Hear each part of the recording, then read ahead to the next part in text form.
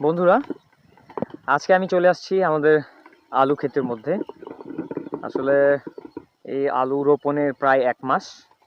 আর এখন আলুর কি অবস্থা সেটা আমি আজকে সরাসরি দেখব। এখন দেখতে পাচ্ছেন, যেদিকে দুই চোখ যায় সেদিকে শুধু আলু আর আলু।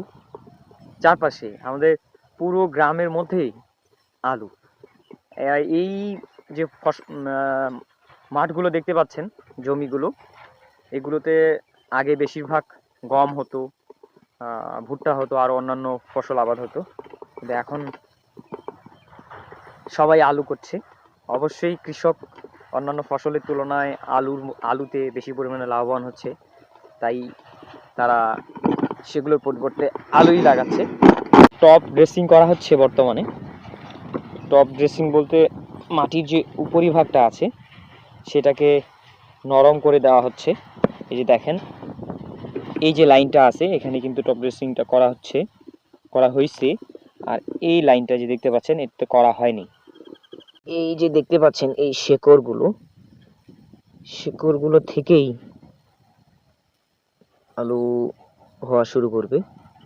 এই যে সাদা যে মূলটা দেখতে পাচ্ছেন, মূলের মতো অংশটা, এইটা হচ্ছে এখান থেকেই আলুটা বের হবে, আলু প্রস্তুত হবে।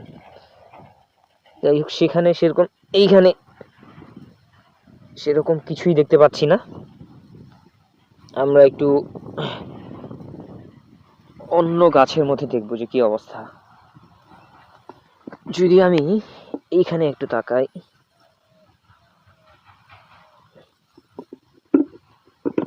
এইখানে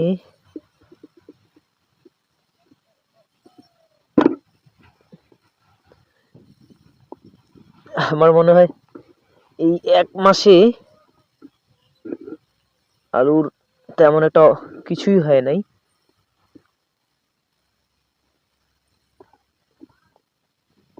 এটা অনেকটা শক্ত মাটিটা, তো এখান থেকেও কিছু দেখা যাচ্ছে না।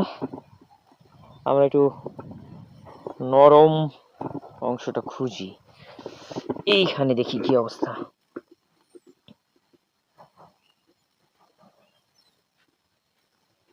এইখানেও একই অবস্থা বোঝা যাচ্ছে।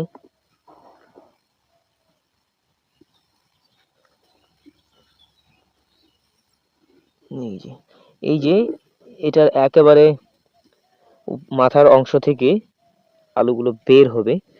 সবখানে একই অবস্থা, আলুর সেরকম একটা অবস্থা হয় নাই। তাই এই গাছগুলোর আর বেশি দেখা যাবে না। গাছটার মূলগুলো ছিন্ন হয়ে গেলে আলু ধরবে কোথা থেকে? তো এখন তেমন একটা দেখতে পাইলেন সরাসরি তেমন একটা আলু হয় নাই। হ্যাঁ, আলুগুলো ছোট ছোট হয় নাই এখন পর্যন্ত। যে পরিমাণে ঠান্ডা বর্তমান আমাদের এইদিকে, এবং বাতাস, চারিদিকে কুয়াশাচ্ছন্ন। কুয়াশা যদিও একটু কম, সূর্যের আলো এখন পর্যন্ত দেখা যাচ্ছে না। আমরা আর কিছুদিন পরেও আসবো, তারপরে দেখবো যে এটার আলুর কি অবস্থা। খুব ঠান্ডা, এখানে বেশিক্ষণ থাকলে সর্দি কাশি আরো বেড়ে যাবে। তো আজকে টাটা।